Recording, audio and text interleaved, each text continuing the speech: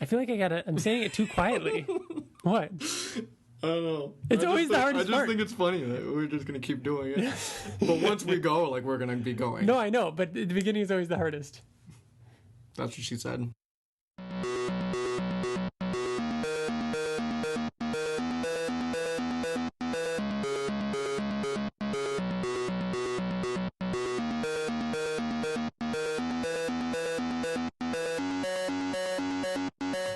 Hello and welcome to the Invincible podcast, probably the best superhero podcast in the universe. It's a podcast where friends and I get to discuss Robert Kirkman's comic book Invincible and share the conversation with you.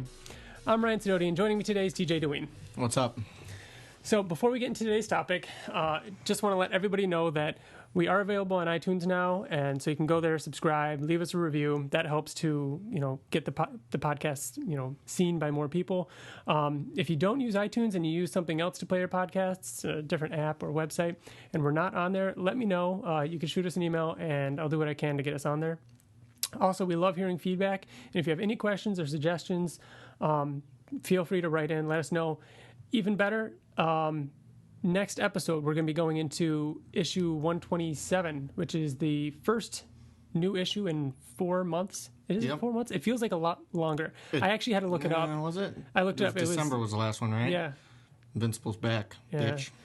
Feels like it's been a long time. But yeah, write in. Let us know what you think of that issue after you read it, because we're going to be recording the discussion about that issue a few days after it comes out. So if you read it and, we haven't recorded yet, we'd love to see what you think. Maybe talk a little bit about it on the episode. Email, what? I'll actually make a shout out real quick to Toby Hopper, was the first person to email us and tell us what he thought of the show. And I mean, so everybody knows this is the first time we've ever really done anything like this, where we're only here to learn and to get better. So any topics you want to hear, let us know. Any improvements that you think we might like to hear, we would love to hear them. Yeah. The email address is theinvinciblepodcast@gmail.com. So, yeah, we're excited about the new issue coming out and looking forward to talking about that. As far as today, though, first thing we're going to talk about is Grizzly Shark. Grizzly Shark is out. You didn't get it. It is out now, yeah. Now, I honestly don't remember. Did you get your issue yet? I didn't, no. And you haven't read this. Now, I haven't. I read it back when you first released it digitally in black and white, and I haven't read it since, so I don't remember it too much. But I got to get my issue. Yeah, it's a 3-parter. Yeah, did you know, I think I read it in the interview. It might have been... I think it was one that he did with IGN. Yeah, I was going to bring this up. Really? Yeah. That's what I was reading. Really? A little bit ago. It's actually, it was actually supposed to tie in with Jason Howard. Is that what you're thinking of? Yeah. Yeah. It was supposed, just like the first episode, or the first issue did, where it was Grizzly Shark and Sea Bear. And Sea Bear. Uh-huh. And they, he wanted to do more. And with Ottley being so busy, he's been kind of writing Grizzly Shark as he's gone along with Invincible, but he's always so busy. So finally he contacted Jason and was like, yo, let's do this. Let's make this like a 2-part, how was it? They were each doing a trilogy and it was going to go back and forth. Right. Kind of culminating in one. Yeah, but the problem was they fully planned on doing that, but, Ottley got all his stuff done and he got an inker to do all the inking. He was ready to go. But Jason Howard is busy doing busy doing everything that he does. Plus, he does coloring. Did you ever read Trees? Jason Howard's book? I haven't. I have the first issue. It looks interesting. I'd like to check it out sometime. Yeah. I liked him in, he did Wolfman, right? Yeah. Jason Howard? Mm-hmm. Yeah, that was good. The one thing that was interesting that I read in that interview was one of the questions that the interviewer asked Ottley was, what decided you guys to bring this back out? Was it because of Sharknado? Mm-hmm. And he said that it wasn't because of Sharknado. That's not why they created Grizzly Shark. He created Grizzly Shark before the first Sharknado even came out. And what was interesting about it, he said that Sci-Fi actually contacted them and asked them how the sales were going, because they were not because they wanted to turn it into a movie, they just wanted to possibly get into the comic book game. Mm-hmm. And at the time, it had just come out, and it wasn't doing so well. And they told him, they were like, yeah, we're getting some money, but it's nothing really lucrative. So Sci-Fi decided not to get into the comic book game, and then shortly after that, Sharknado came out. But then after that, Grizzly Shark and Sea Bear blew up, and now they're making tons of money off of it, according to Ottley. Yeah, that was really cool. He is at ECC. Is it ECCC? What's the name of the Comic-Con that he's at? Emerald City Comic-Con. Yeah. Yeah. That was this weekend, right? Yes. He has these huge, he has the printouts of Grizzly Shark and the Sea Bear, the cover. That looks really cool. Yep. He also has the fight with Omni-Man and yes, with all the Viltrumites. Yep. That would be the one that I get. I love this one. The cover of the Invincible handbook, Invincible Universe handbook. The first one. Yeah, that's he said that he's not a big fan of it because it's older art.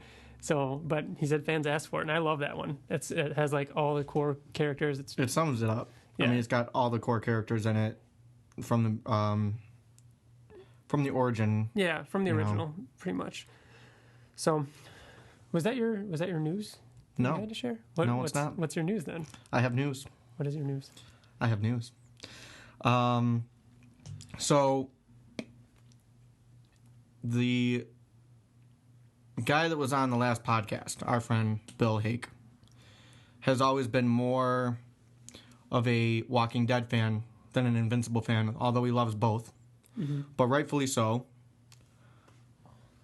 Bill owns issue 1 of The Walking Dead. Did you get issue 1? I did. Did you really? And since then, you and Bill have been screaming at me to get issue 1 because I've always been that way with Invincible. I've always loved Invincible, and you guys have been telling me. I mean, Bill was lucky enough to get Walking Dead before the show was announced, and that was huge for him because once the issue was announced, he got a steal too. Yeah. It wasn't like issues 1 through 20 or something like that. Was it? It was a lot. It was a huge lot of them, and he got all of them for dirt cheap for what I'm in. That guy must be kicking himself today. Yeah. Well, now Bill has that, and that's worth a good, way more than what he paid for it, And way more than Invincible's. Did you get a good deal on it at least? I got a really good deal. Really? Yeah. eBay? No. What? Where? Buffalo Comic-Con. No way. I went. Wait, Buffalo Comic? You mean that yard sale thing they had? Yeah. The one I said that I was thinking about going to the other day? Yeah. Buffalo Comic-Con hasn't happened yet. That's still a couple months away. Niagara Falls Comic-Con, was it? Both. Neither has happened yet. That was the yard sale. They called it a yard sale. Yeah. Well. Yeah. I didn't know that. I thought Really? it was tiny. It was stupid. Are you serious? But there was a guy there that had. Now here's the thing. It was a 9.2. And I'm totally cool with that. Yeah. I asked the guy. There's a 9.8 online right now for $1,800. There's another 9, but there's another 9. That's the asking price, though. Yeah. First of all, that's not. There's another 9.8 on there for $800. Yeah. There's a 9.6 for $750, and there's a 9.4 for $450. This is a 9.2, and he was asking. I asked him immediately how much it was.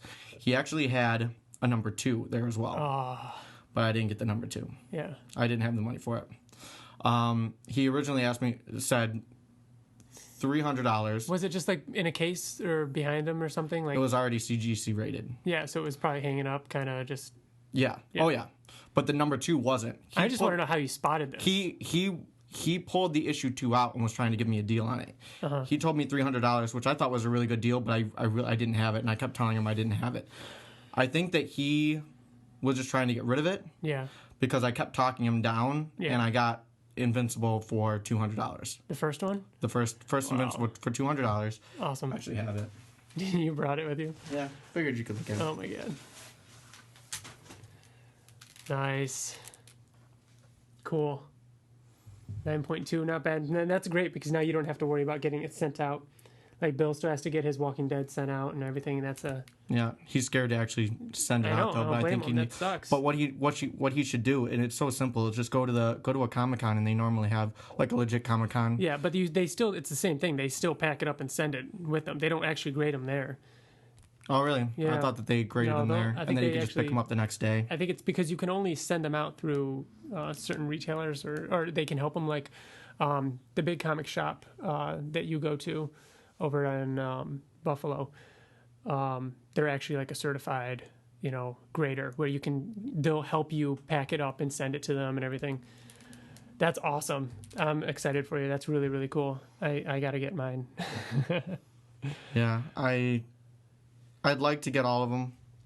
I'm not in a rush though. Yeah. I'm gonna kind of wait it out. Find like situations like that where it just works out perfect. That's so cool. I just feel like it's a ticking time bomb. They're gonna announce something and I'm gonna regret it, and they're gonna disappear from eBay. I know. But that's great. Congrats. Good stuff. All right. Moving on to our main topic. I think so. Anything else we want to bring up? Any other news? Any other TJ news? Nope. All right. I'm sure you saw from today's title, this is a little series that I want to do. Every once in a while, we're going to come in here, record an episode called In Memoriam. This is part 1. This is where we're going to discuss a character that is no longer with us. We're going to start in order, not necessarily in order. We might not even follow order anymore. I mean, I kind of wanted to start with one of the first major deaths in the series. And it was kind of shocking. Like, TJ, me and you actually talked about this when coming up with this. There wasn't a main character that died sooner. Like, this is the, There were characters that died, but this was the first, like, major character that died and that it stuck. Yeah. So we're talking about Splode. So ever since issue 2, first appearance, and died in, let's see, issue 60. So Tooth is 60. So, yeah, how do you want to go about this? Like, he's one of your favorite characters. He is my favorite character. Favorite hero. He's my favorite character. Is he? Is he more a favorite character than Angstrom?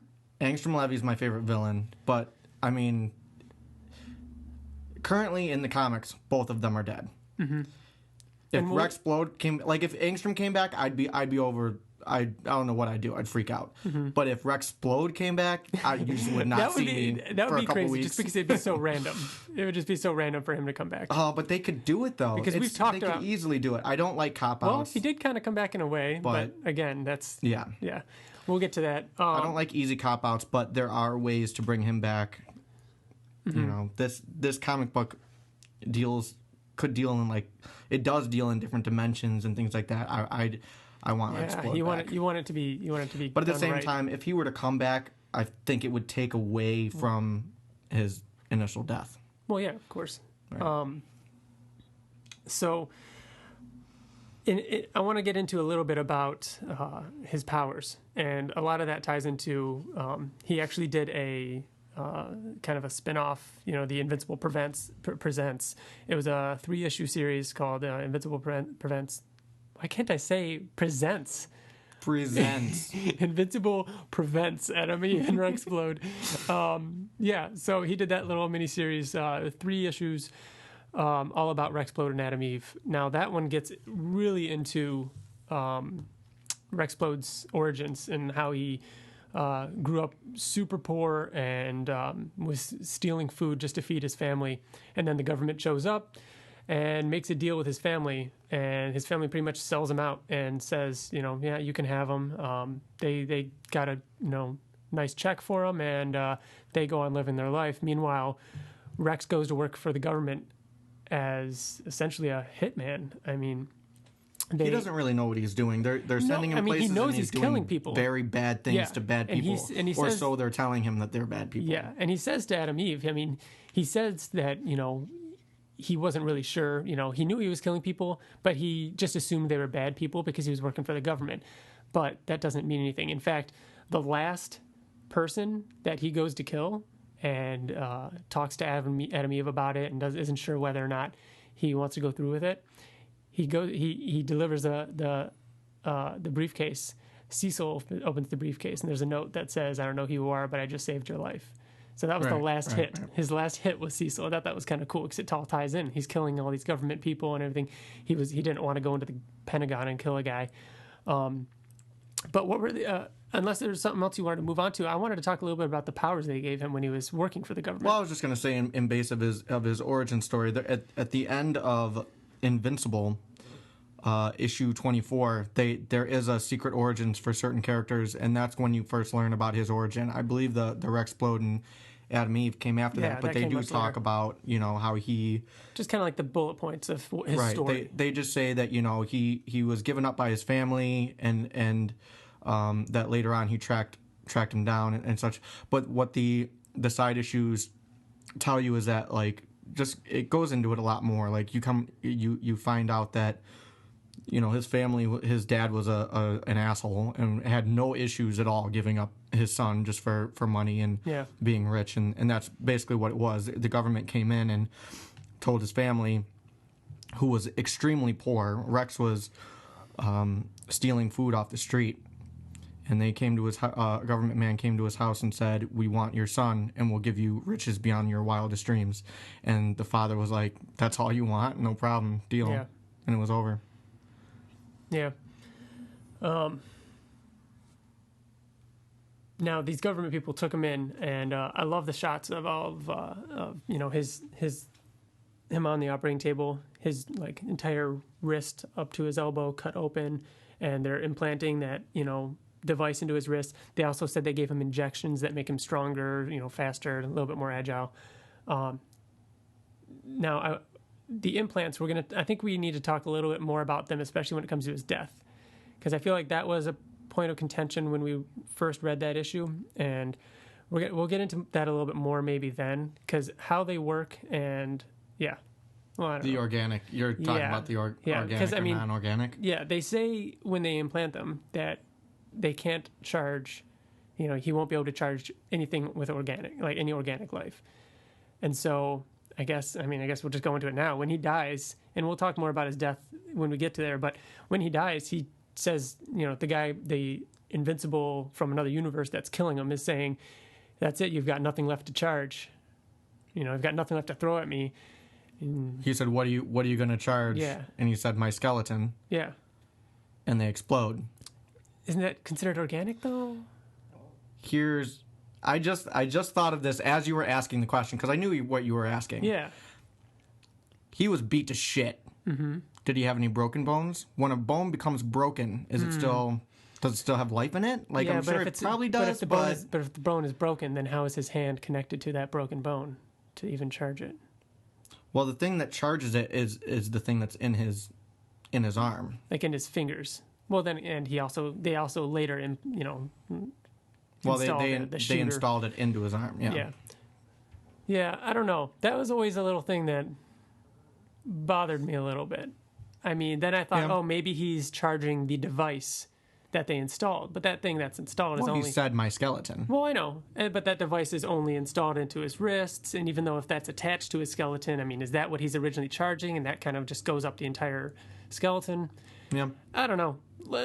If you know something we don't know, write in. Email us. Yeah, let us know what you think. Some regardless, doctors out there. Regardless, that doesn't take away, you know, it being an awesome death. But backing up a little bit, his you know, issues with Adam Eve, I think going back and reading those and knowing that they actually were a pretty serious, you know, in a serious relationship, helps, you know, that much more when you get to him cheating on her. Because when he cheated on her, as far as you know, Adam Eve shows up and Splode is cheating on her with Duplicate, and he's just an ass. He's an asshole. I mean, from the very beginning, he's kind of looked at as an ass, and he's very cocky. Yeah. Even before anything with Duplicate, or excuse me, Adam Eve happened. I mean, you could just tell he was very cocky, and that's just his personality. Mm-hmm. But in my opinion, that's what made him different from everybody else. That's why I loved him so much, because of his origin story and where he came from. It was understandable. Yeah, and then which, you know, leads to Duplicate then cheating on him, and I liked that. I love anytime they use really cool layouts. You know, they'll do a throwback to a layout. It's almost the exact layout. He shows up at the tower. It shows him like calling out for Kate, and then he sees them and he slumps against the wall and he's saying no, no, no. It's the same thing that happened to Eve. Yeah, that's how it ended too. And you don't know what it was. And I was thinking it was going to be something bigger than it was. Yeah. But I still loved her with Immortal. the Immortal. And Yeah. there was more than one of her every time. And then her and Immortal, getting engaged and going to get married, and Rex has a couple good scenes talking about Duplicate getting married to Immortal and how he would never, why would Immortal marry someone like her? I mean, if he wanted to marry somebody, he would marry somebody more like Eve. And again, that just goes to show more like he was in a very serious relationship with her, and with Eve. And I never got the idea that he ever fell out of love with Eve. Like one of my favorite issues of Rex Splode is issue 46, and how it happened with Mark was Mark came in, met Eve, but Eve was dating Rex. Right around the time that Rex and Eve split up was right around the time that Mark and Amber started dating. Mm-hmm. So when Mark and Amber broke up, that was right about issue 46. This is the issue with Multiple. Yes. Okay. So it just happened where it was cool. It was like a team up issue. It was just like, that's what made it so awesome was, Invincible was at the government talking to Cecil, and Rex was just walking down the hall because he was getting something. He was getting his the things in his arm like tuned up, and they just started talking about Mark's breakup with Amber, and then something comes up where there's a guy in the city and he's destroying things, and they get sent together because they're there together. So they go. And the whole time they're fighting, they're talking about Adam Eve and how Rex is saying, you're single now. If you want to go for it, go for it. But if you don't want to go for it, I want to get back together with Adam Eve. I might explore and try and work this out. But I know that she likes you and you like her. So, and that's another thing that I always liked about Rex is that he might be an asshole, but he's still a good guy. Like he went to Invincible and said, if you don't want to pursue this, I'm going to pursue this. He gave him the opportunity, but the entire time that they're talking about it, they're fighting, and that's why they're fighting. Yeah. I can't remember who they were fighting. I'm not sure who it was in issue 40. It was Multiple. No, it wasn't Multi-Paul yet. Was it Multi-Paul? I think he might have come later. Okay, so that's who it was. It was the Time Guys. It was the Time Bandits. Is that what they call themselves? I think they make a joke about what they name themselves. Regardless, they're the guys that show up and take Invincible into the future, and have that whole issue with Immortal as king in the future and everything like that. But yeah, they show up to stop those guys, and Multipulse shows up and out of nowhere, and he's pissed off because a couple issues beforehand, Duplicate died. Yeah, in one of Rex's best scenes. In fact, that might be my favorite Rex moment. And it should be. It should be up there for sure. I think it's the number one. That's awesome. Yeah. So we're talking about the Lizard League. So a couple issues before 46. I think it might have been 44 or 43. They were fighting the Lizard League. They were all fighting the Lizard League. And no, actually, I think it was. Sorry, was I was looking now. I think it's like 40. I Sequids? think it's like 41. Yeah, but Mark and Eve and everybody were off world fighting the Sequids. Back home, you get this Robot. Robot was in space too. Back home, you get this like B team, and it's Rex, Splode, Duplicate. What's his name? The Shrinking Ray. Shrinking Ray is there. I think it might be those three that go in to fight the Lizard League. And Lizard League is like, I think they're attempting to launch a nuke or something like that. And they get their ass kicked. Komodo Dragon or whatever is just killing. I think he killed the last copy of Duplicate. And then Shrinking Ray freaks out and is like, "You killed Duplicate," and jumps at Komodo Dragon or whatever his name is. And he just eats Shrinking Ray. And he's like, "Oh yeah, you'll be a nice dessert," or something like that. Yeah. And then Rex is just beside himself. He pretty much goes crazy, and he's like, "You killed them. You killed all of them." And then he charges up his what was it? Just a ball. He charges up something, and Komodo bites it out of his hand, Bites the His hand off. his whole hand off. which is great. You get to see like the sparks and the insides of Rex's wrist where that implant was, and then Komodo's head just explodes from eating that charged ball or whatever was in Rex's hand, and then what was it? Rex is just like, I think he thinks he won. He did it. He's like, He's saying it's over. It's but then coming up behind him is the head of the Lizard League with a gun to his head. yeah.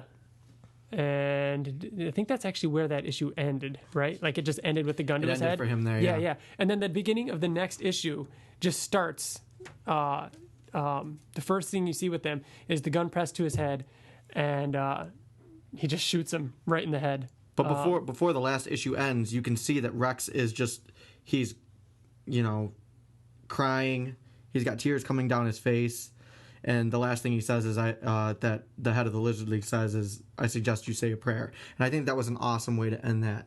Especially for someone like me who loves Rex Splode, and I was, biting my nails at that point. Mm-hmm. And I had to wait probably a whole month. Shoots him through the head. The bullet comes out the front of his head, and he's still fighting. He's just oozing blood everywhere, and then he knocks the guy out. I just love it. I just love that scene so much that it's just such a badass moment for Rex, and just knocking him out, and he's like, huh, I can't believe I actually, and then he just like passes out. Britt shows up. I think it's assumed that he dies, right? Did you assume he died in that moment? I don't remember what I thought of. That was a long time ago. Yeah, because like they ask Britt if everyone's dead, and he's like, yeah, I think they all are. And then he's like, no, wait, there's still one alive, because King Cobra or whatever his name is still kicking. Pointing a gun. But yeah, I love that. That was so awesome. That's my vote for Rex's greatest moment. But next up, I want to talk a little bit about Monster Girl. Do you have anything else to bring up when it comes to that, or do you want to go on to Monster Girl? We could talk about her. All right, I love this.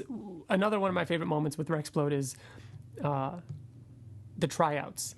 Now, after Nolan, Omni-Man kills all of the Guardians of the Globe, Robot holds tryouts for the new team, Right. and Rex is there trying out, and Invincible shows up, and not to try out, he's just kind of there with Robot, and Rex Splode walks into the scene, and he's just like, yeah, I got this in the cake, guys. Sorry, everybody. There's one less spot for everybody else. And then he goes up to Monster Girl, and he's like, oh, you're cute. Your mommy and daddy drop you off, and what's your superpower? And she's like, you want to see? And she boo, and turns into the monster, and just proceeds to kick his ass. Rex gets his ass kicked a lot. I mean, just about every time Rex is doing something cool, whether it's the Lizard League fight or Multipole or Monster Girl, he's getting his ass kicked. I mean, he looks best. does. Octoboss, he's getting his ass kicked, and Invincible shows up to help him. The same could be said about Invincible, right? But they both have super strength. I think Kirkman just likes seeing heroes beat up. Yeah. Then more with Monster Girl is after that fight with Octoboss, Monster Girl. She's getting stuck getting out of Samson's armor, and he helps her out, and they have a little banter or whatever, and he walks away, and she kind of is like checking him out as she walks away, and Robot sees Monster Girl checking out Rex Splode, and you don't really think anything of it. You're just like, okay, he's watching them. That's weird. Then he also, at one point, I don't remember what point, but doesn't he prick Rex Splode? Robot? He pricks him or gets a hair sample or something. I think he pricks them. I know he pricks Monster Girl. DNA, yeah. right. So then you find out in issues 34 and 35, there was back when after Mark kills Angstrom and he's stranded in that other dimension, the alternate dimension superheroes, Guardians, show up, and Eve tells him, that's when Eve tells Invincible that, tell her that, tell Eve that you love her and blah, blah. Yeah. And then she turns to Robot and says, shut up, Rex. And that's the first time we're like, what? What's going on? And then and then you find out that he cloned Rexplode and used him as kind of like the basis. And he said the basis of who Robot is, because Robot's just a he's just that deformed human being, super genius. Yeah.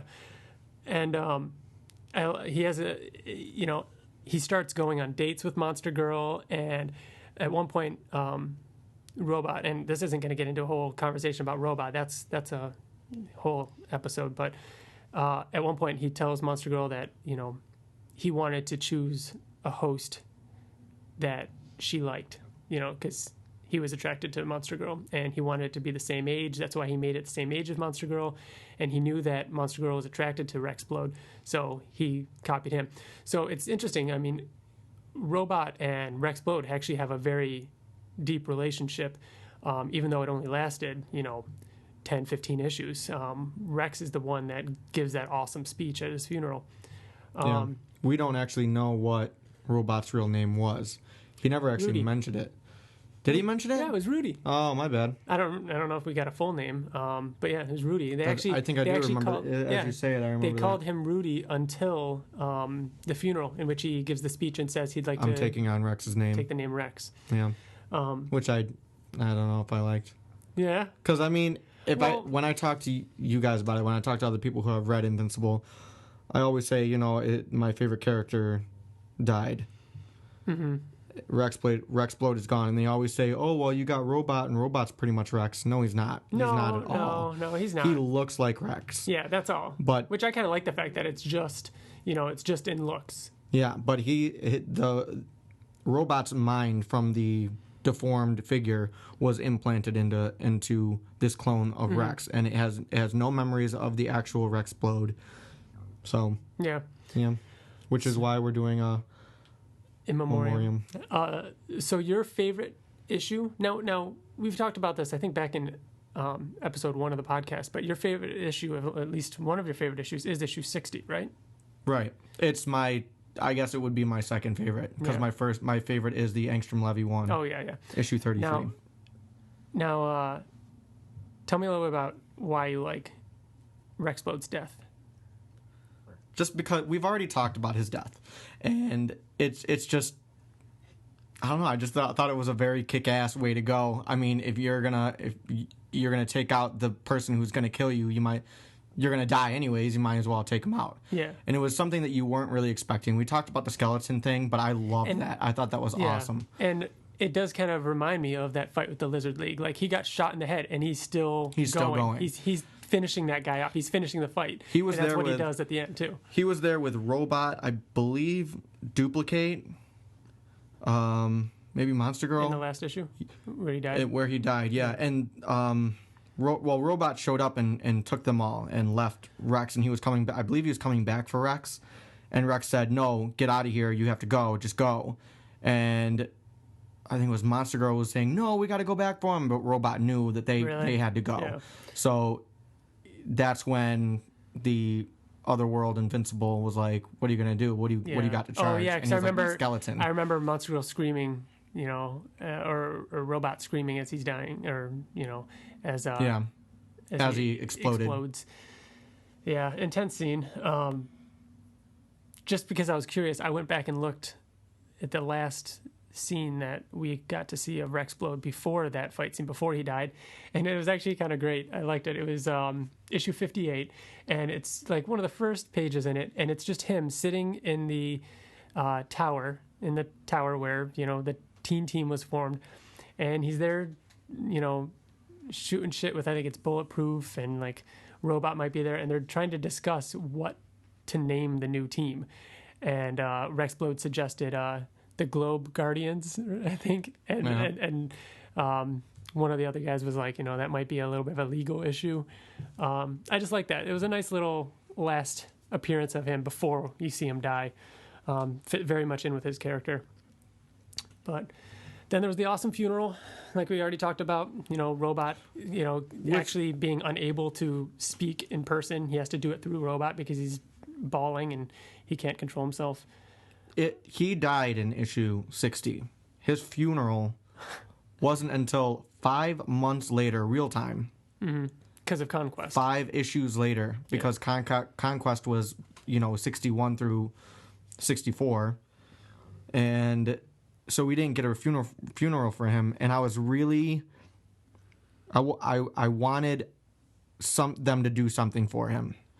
So I was worried that he wasn't going to get a funeral, and I thought they did an awesome job. He's one of the only ones that gets that kind of send-off. Like, we've had a lot of deaths since then, and even a couple funeral scenes, but most of them are pretty quick, or, that's not a huge deal. And it was cool to see that. Robot. I mean, you got to see, Robot speech, and then Eve go up and try and say a few words. And again, bringing it back to the fact that they did have a very, serious relationship, and she just can't do it, you know. And then they're by the car, and Mark comes over and says a few words, and then they go and have sex. Real nice, Mark. You fucking asshole. And then that was it. That was all we saw of Rexplode. He was done. Until Reboot. Reboot. So we actually got to see a little bit of Rexplode recently, actually. So Mark goes back in time and shows up and goes to the Teen Team's tower in the bridge with Adam Eve, and you get Rexplode. The first thing he says, I knew that they were doing Reboot. I knew he was going back, so I knew that he was coming. I knew Rexplode was going to turn up, and the very first thing he says when you turn the page where he first arrives is, "Who the hell is this jerk?" And it was just like a perfect, like, sarcastic. I was so happy to see him back. And and then immediately, obviously nobody believes that he's from the future. Rexplode does this awesome, like, who are you really? Did the government send you? What do they know about me? Like, tying into Rex's where history. He came from, because he escaped from the government. Yeah. So I love it. Rexplode saying this idiot's trying to convince us from the future, and he's like, Mark says, how he knows things that you guys don't know. He knows that Robot is actually a deformed creature in a lab across town. Rexplode's like, wow, swing for the fences, why don't you? That's insane. But no, it was great. I thought they did a really good job, bringing Rex back like that. Then we get to see Rexplode again in part 3 of Reboot, and this is awesome. I love this. Towards the end of the issue, they're fighting the Flaxons. Now, this is actually the same fight that happens. It was the second time they fight the Flaxons, and Adam Eve gets shot, and Mark catches her, and Adam Eve's like, "Oh, good save there, new guy." Rexplode says, be careful, Invincible. That's my girl." And then Mark proceeds to go home and cry, and that starts the entity that shows up and gives him the choice. Like, that's almost like that tipping point for Mark, like Rex saying, "Hey, that's my girl." That scene, her getting shot and getting caught by Invincible, earlier in the comic, is in the comic back in issue 14. The second time they fight the Flaxons, Eve gets shot, and Rex catches her. Yeah, Rex is the one that catches her instead of what Mark. Could have been. Yeah, and that's after they broke up, and she calls him a jerk, and it's just cool because, like, Rex was looking out for her back then, even though they were broken up. Now she gets shot. Invincible swoops in and catches her before Rex even gets a chance, because Mark is keeping his eye on Eve, because that's who he's meant to be with, and that's who he's in love with. And then that's Rex pointing out, "Hey, that's my girl." I mean, that just drives him over the edge, and he goes home, and that entity shows up, which is great segue into the fact that that's where we leave Mark. He decides not to stay in that timeline and make the choices. He goes back to the present. Years have passed, and his daughter's all grown up, which we'll get to talk about next episode. We'll finally get to see what happens after that. Now, that does it for our In Memoriam on Rexplode.